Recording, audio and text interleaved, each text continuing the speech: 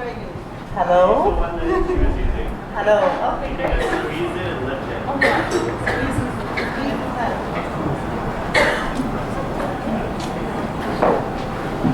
Tansei Johaniche. Thank you for having this amazing event. I can't tell you how much this really warms my heart. Our valley, where they're projecting and starting this destruction are on our massive traditional territories, the largest infrastructure dam in all of BC, and actually it's all of Canada. The effects of this dam, not only for my territory, land and air, for our people, it's also endangered species. There's a whole whack of fishes, ungulate animals. Mine is saving moose meat. We all say moose meat forever.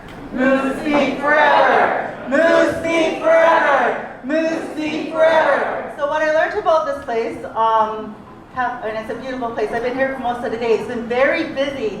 But at the entrance on the bottom there, what did you guys see? You saw a painting of a black moose. I was so touched. I was like, oh look, moose! And I went further down the street because I was born in Vancouver, and my first school was Britannia School down the road. And I did a live video saying how could they close down this beautiful school. And on their walkways, where many of you that live here know, they have drawings on the walkway. And what did I see? I saw a pink moose head. Moose meat forever! Moose meat forever! Woo! So many of us, there's a name that I dare not say, but she walks around with labels for pipelines and LNG, and right now it's for BC Hydro too as well. She's sponsored. So I'm sponsored. All of the artisans that donated to this wonderful cause for our Treaty 8 Justice Caravan for the Peace Caravan Bus, which is leaving next Sunday to Montreal. I like to give my hands up for you guys for donating to our cause and producing wonderful work too as well throughout this whole process. We still got a long ways to go, and I believe we can do it. So many of you may have known or heard about the Treaty 8 Justice Caravan. We're leaving next Sunday. We're asking for donations, hence the donations at the door. And so here's some of my sponsors. Miss Claire had made a mother and child cards, which is, oh, by the way, I'm not alone here from Treaty. I have my friend here, Pauline. Pauline, could you put up your hand? We're from the Solar First Nations from the Treaty 8 territory, and my niece is sitting there too as well, Courtney Hunt. She's here too as well. I got to tell you, the last time I driven to Vancouver, I was by myself. I was going for the injunctions hearing in late February, and that was a tough time to drive 1,200 kilometers by yourself and then return back home. And especially when most of us knew that 99% of injunction hearings don't go in our favor. And another thing we got to change, because we're not the trespassers. We're Treaty 8 members, and we were here first. And it's laws that beyond us that are controlling what goes out to the public and stuff. And if it was in our Aboriginal courts, this Site C would never make it to the dockets. So here's some of my sponsors. Miss Claire had made cards, which is sitting in front of Courtney there. It's called Mother and Child. This beautiful artist from our region, her name is Penny Borden. She made adult coloring books. And right on the front it says, Site C is not a done deal. All profits from the sales books is donated to the Join the Circle Westmoreland and Crawford River First Nations legal fund for the court case down. But she's also donating this for a caravan. So inside you'll see what I mentioned, the endangered birds, and give a little insert about what birds are being destroyed in their homes that they've been doing for centuries and without even thinking. Another gentleman, a person, he's a photographer, Gary, I'm sorry for names, Bigginston, and this is Sikini, Teltown territory. And I also bought down some bracelets. And of course, food right from the Peace River Valley. Pick-up produce right up the front is our bidding sales. We have carrots, beans, onions, Wes and Beth Gage West, Mike and Beth Gage West, we shoved it in a box and said, bring it, I'll take it. So please feel to be to bid on that, and whatever you choose, that's fine. But furthermore, I'm also sponsored from a lady that lives at West Mobley. She made this beautiful watch. My mother, myself, I made this pouch for myself. An elder from Blueberry River First Nations gave me this. And of course, Paddle for the Peace, which is our annual event. It was our 11th annual this year. And of course, the Psyche button, which you can find in the front table if you don't have one. And Spirit of the Peace earrings. We have our powwow. It's the last. If you may not know about Peace River, it's only 2 rivers in the north. I'm so nervous, guys. That flows north. It's so unique and it's so fast. We call it the Mighty Peace River. And we'll never have a river like that again because already there's 2 existing dams that's already stopping the flow of the river, and this 3rd dam will cause more detrimental effects.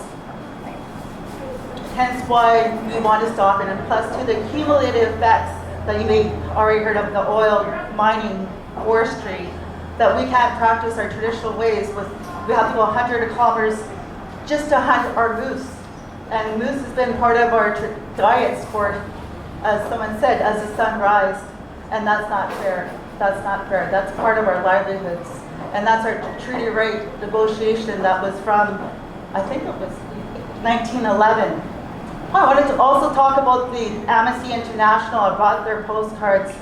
The anniversary that we're going to go join with Amnesty International in Ottawa on September 14th. I'm going to take those signed petitions with me when we're going to Ottawa.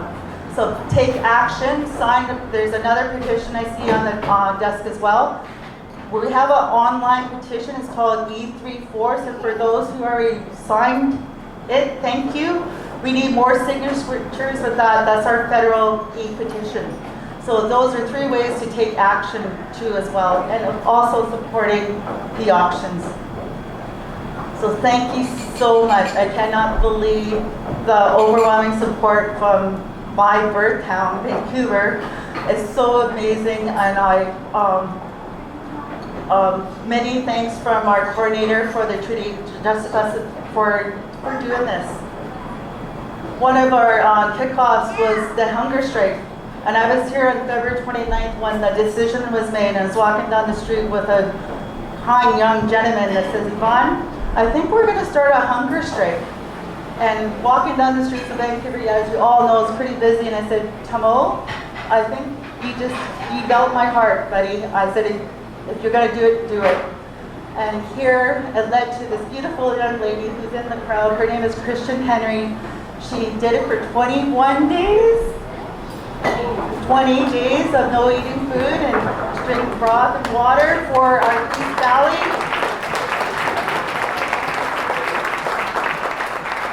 I had a pleasure of meeting her at Paddle for the Peace this year in June, and she's up next.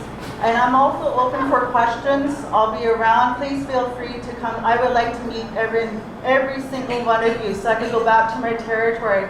Oh, by the way, I was one of the Rocky Mountain Fort campers. I did the term of minus 25 weather. I was kind of funny today when I was here in Vancouver. Someone said, oh, it's cold today. I was like, really? Where when I camped, it was minus 25 weather with a wind chill. We kept our sacred fire burning for 62 days. We stopped construction of Site C Dam. I was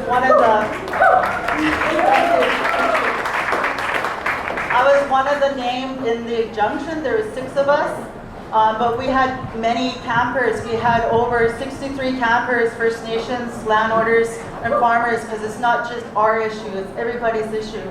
Because if we don't stop this dam, we'll be like Muskrat Falls in Ontario, where the rural people are paying $500 to $1,000 more on their hydro bills. I don't know about you guys, but I'm not prepared to pay that much for hydro. My elder former Chief Jack Davis had said in the 60s when he stopped the first time in the Site C Dam that what the BC hydro officials said, they said to him, be very free or else you won't have no hydro. And he said, We won't starve with no lights on, because they didn't have no lights in the 60s. They were using coal lights and oil lights. We don't need hydro. There's other initiatives in 2016 that we can use. Solar power, geothermal, windmills. Hydro dams is a thing of the past. Actually, that's 19th century thinking. This is 21st thinking. So thank you for those who do the research, that read our posts and like them. Sorry, Audrey. Because it's hard for us as a small communities, especially where we're from, way up north and isolated, to share our stories. So thank you for giving us a voice down here. And again, that came from the hunger strike camp and everybody involved in that hunger strike, donations, supporting. Thank you so much. I'd like to introduce you guys to this beautiful young lady. She melted my heart. I sent her a prayer, and it was wonderful. And my prayer was to meet her, and she came up for the paddle for the piece, and she thought she could just hug me. I was like, no, sorry, it's not gonna happen. Miss Christian Henry.